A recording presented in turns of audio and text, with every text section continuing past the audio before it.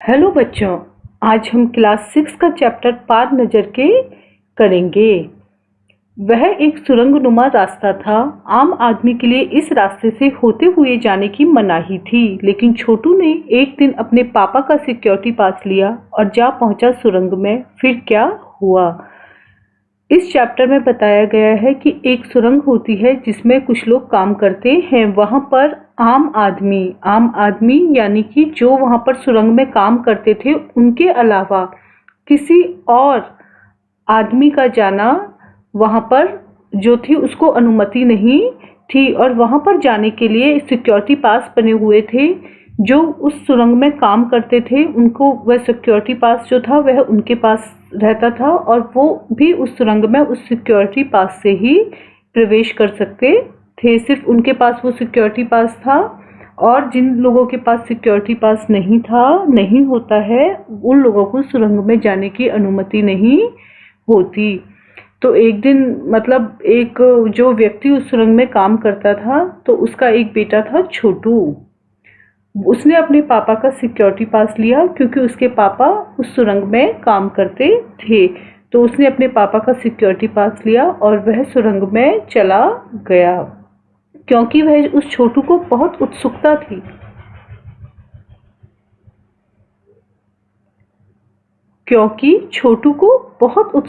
कि उस सुरंग में क्या है।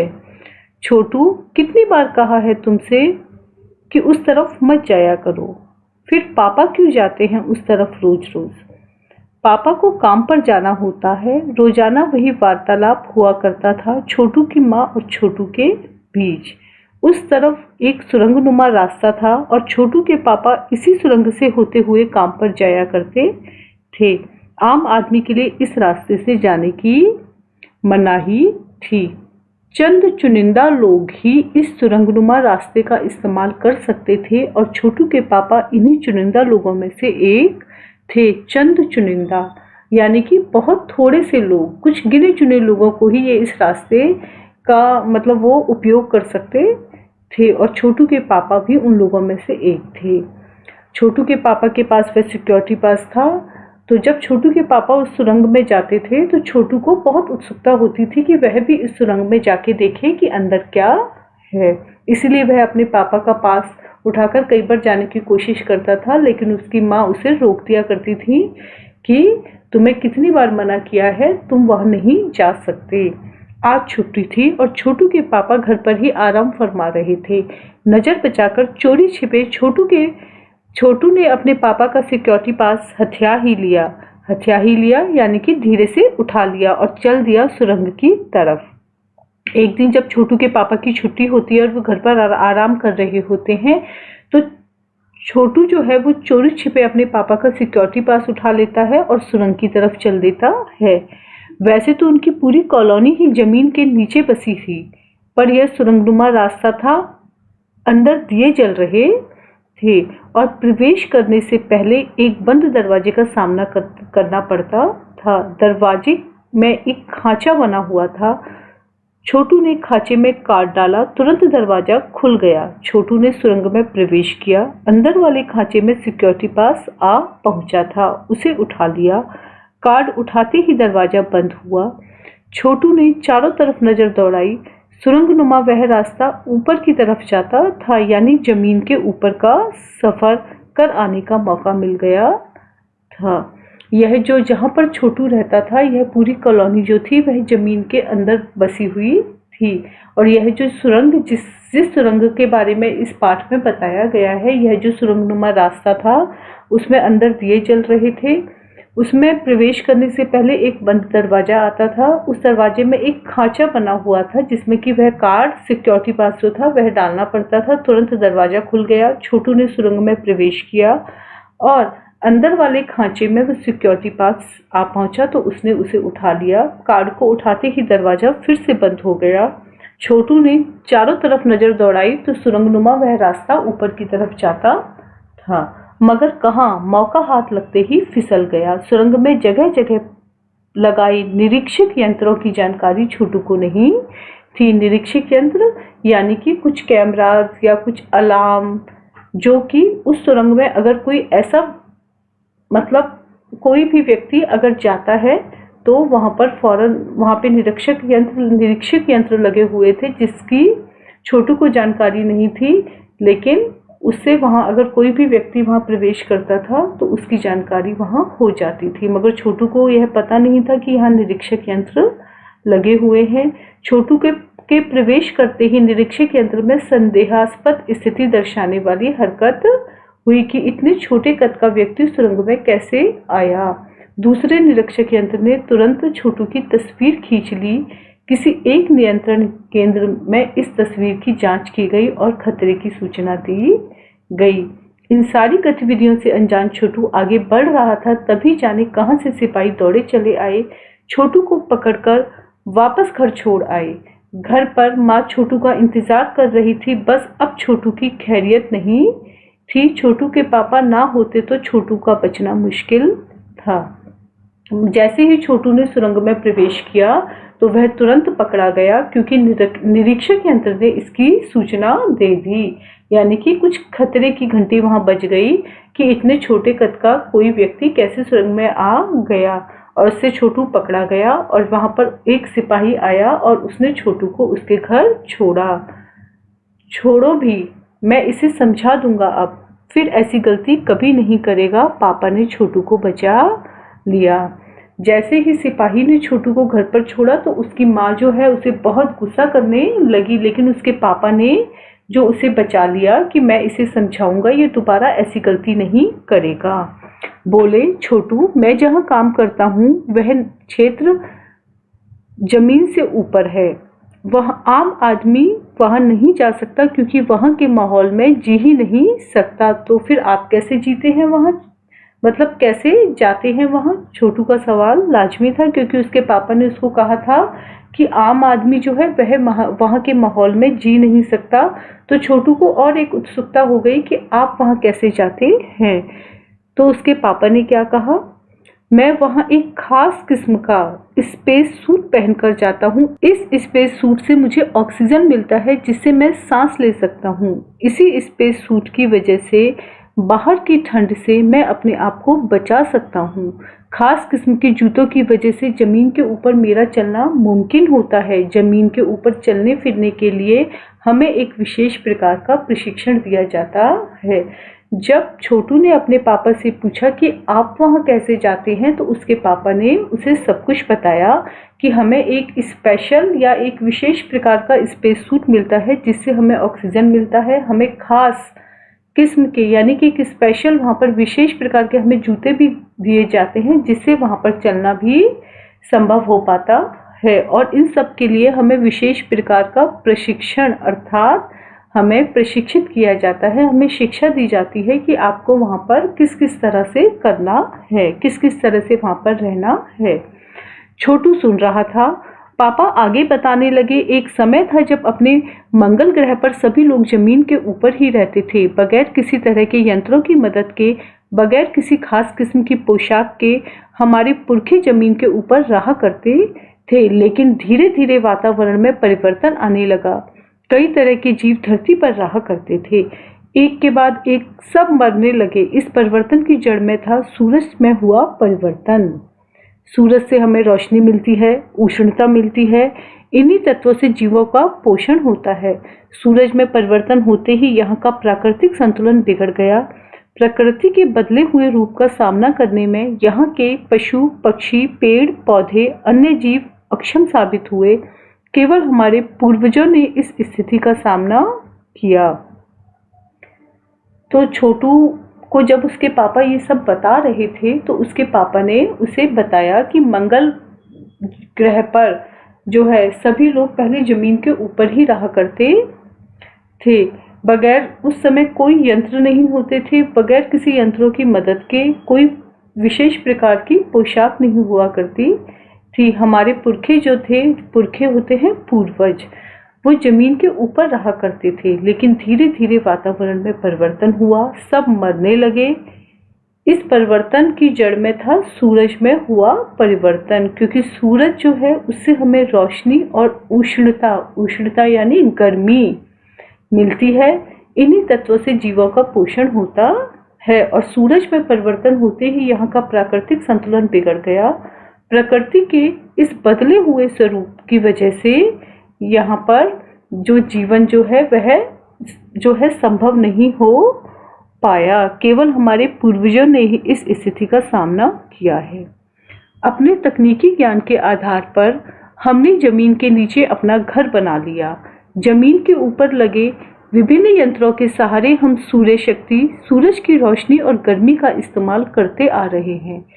उन्हीं यंत्रों के सहारे हम यहाँ जमीन के नीचे जी रहे हैं। यंत्र सुचारू रूप से चलते रहें, इसके लिए बड़ी सतर्कता मीन्स सावधानी बरतनी पड़ती है। मुझे जैसे कुछ चुनिंदा लोग इन यंत्रों का ध्यान रखते हैं। बड़ा हो जाऊंगा तो मैं भी यही काम करूंगा। छोटू ने अपनी मंशा यानी कि इच्छा जाहिर की। बिल्कुल, मगर उसके लिए खूब पढ़ना होगा। माँ और पापा की बात सुननी होगी, माँ ने कहा। दूसरे दिन छोटू के पापा काम पर चले गए। देखा तो कंट्रोल रूम का वातावरण बदला सा था। शिफ्ट खत्म कर घर जा रहे स्टाफ के प्रमुख ने टीवी स्क्रीन की तरफ इशारा किया। स्क्रीन पर एक बिंदु झलक रहा था। वह बताने लगा, यह कोई आसमान का तारा नहीं है, क्योंकि कंप्यूटर से पता चल रहा है कि यह अपनी जगह अड़िग नहीं रहा है। पिछले कुछ घंटों के दौरान इसने अपनी जगह बदली है। कंप्यूटर के अनुसार यह हमारी धरती की तरफ बढ़ता चला आ रहा है।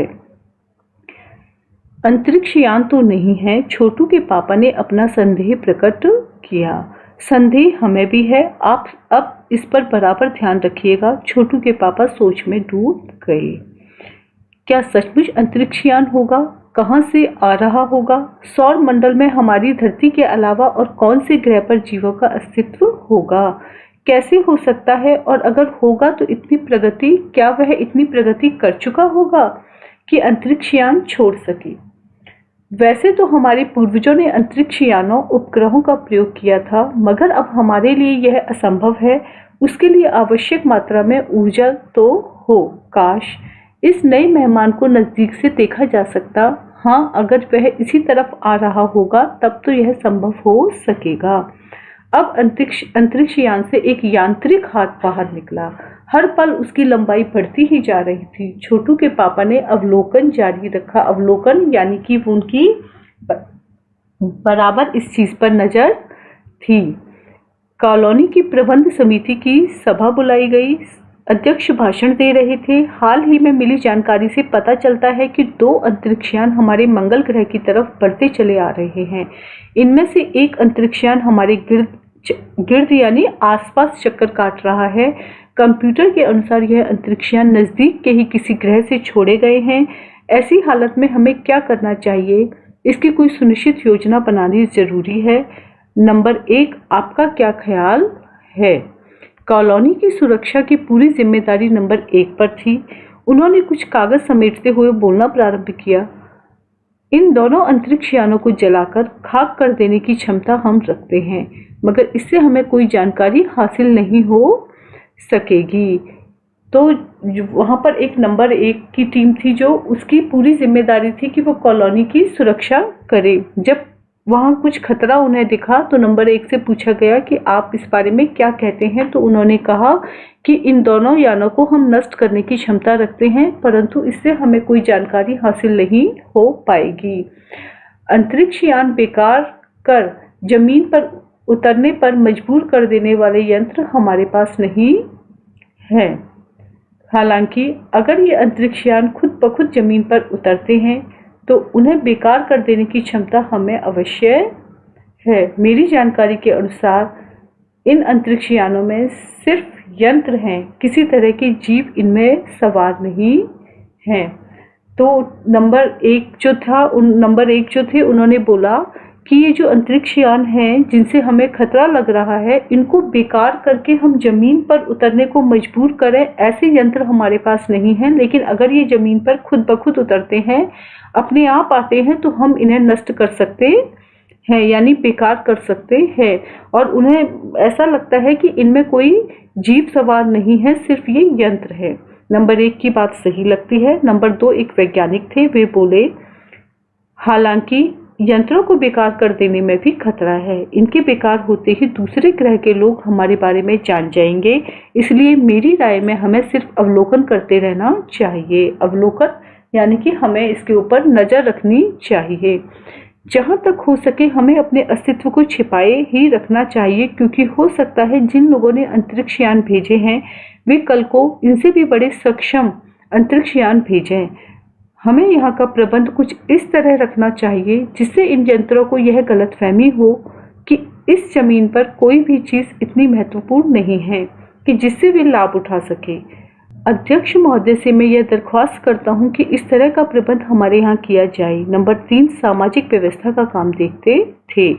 उनकी बात के जवाब में अध्यक्ष कुछ बोलने ही जा रहे थे कि फोन की घंटी बजी। अध्यक्ष ने चौंगा उठाया। चौंगा रिसीवर। 1 मिनट बाद सभा को संबोधित करते हुए उन्होंने कहा, भाइयों, अंतरिक्ष यान क्रमांक 1 हमारी जमीन पर उतर चुका है। वह दिन छोटू के लिए बड़ा ही महत्वपूर्ण था। पापा उसे कंट्रोल रूम ले गए थे। यहाँ से अंतरिक्ष यान क्रमांक 1 साफ नजर आ रहा था। कैसा अजीब लग रहा है यहाँ। इसके अंदर क्या होगा पापा? छोटू ने पूछा। अभी नहीं बताया जा सकता, दूर से ही इसका निरीक्षण जारी है। उस पर बराबर हमारा ध्यान है, उसके हर अंग पर हमारा नियंत्रण है। वक्त आने पर ही हम अगला कदम उठाएंगे, छोटू के पापा ने बताया। उन्होंने छोटू को एक कंसोल दिखाया जिस पर कई बटन थे। अब अंतरिक्ष यान से एक यांत्रिक हाथ बाहर निकला। हर पल उसकी लंबाई बढ़ती ही जा रही थी, पर शायद जमीन तक पहुंचकर मिट्टी उकेर लेना चाहता था। सब लोग स्क्रीन पर दिखाई दे रही अंतरिक्ष यान की इस हरकत को ध्यान से देख रहे थे। सिवा एक के उसका ध्यान कहीं और ही था। छोटू का सारा ध्यान था कंसोल पैनल पर। कंसोल पैनल का एक बटन दबाने की अपनी इच्छा को वह रोक नहीं पाया और वह लाल लाल बटन उसे बरबस अपनी ओर खींच रहा था। और सहसा खतरे की घंटी बजी। सबकी निगाहें कंसोल की तरफ मुड़ी। पापा ने छोटू को अपनी तरफ खींचते हुए एक झापड़ रसीद कर दिया और लाल बटन को पूर्व स्थिति में ला रखा। मगर उस तरफ अब अंतरिक्ष यान के उस यांत्रिक हाथ की हरकत सहसा रुक गई और यंत्र बेकार हो गया था। उधर पृथ्वी पर national aeronautics and space administration NASA द्वारा प्रस्तुत वक्तव्य ने सबका ध्यान अपनी तरफ आकर्षित कर लिया। मंगल की धरती पर उतरा हुआ अंतरिक्ष यान वाइकिंग अपना निर्धारित कार्य कर रहा है। हालांकि किसी अज्ञात कारणवश अंतरिक्ष यान का यांत्रिक हाथ बेकार हो गया है। नासा के तकनीशियन इस बारे में जांच कर रहे हैं तथा इस यांत्रिक हाथ को दुरुस्त करने के प्रयास भी जारी हैं। इसके कुछ ही दिनों बाद पृथ्वी के सभी प्रमुख अखबारों ने छापा। नासा के तकनीशियनों को रिमोट कंट्रोल के सहारे वाइकिंग को दुरुस्त करने में सफलता मिली है। यांत्रिक हाथ ने अब मंगल की मिट्टी के विभिन्न नमूने इकट्ठे करने का काम आरंभ कर दिया है। पृथ्वी के वैज्ञानिक मंगल की इस मिट्टी का अध्ययन करने के लिए बड़े उत्सुक थे। उन्हें उम्मीद है कि इस मिट्टी के अध्ययन से इस बात का पता लगाया जा सकेगा, क्या मंगल ग्रह पर भी पृथ्वी की तरह ही जीव सृष्टि का अस्तित्व है। यह प्रश्न आज भी एक रहस्य है। बच्चों, इसके लेखक हैं Jayant Vishnu Narlikar. Thank you. Please, आपने अगर अभी तक मेरा चैनल लाइक और सब्सक्राइब नहीं किया है तो प्लीज़ इसे लाइक कीजिए और सब्सक्राइब कीजिए। Thank you.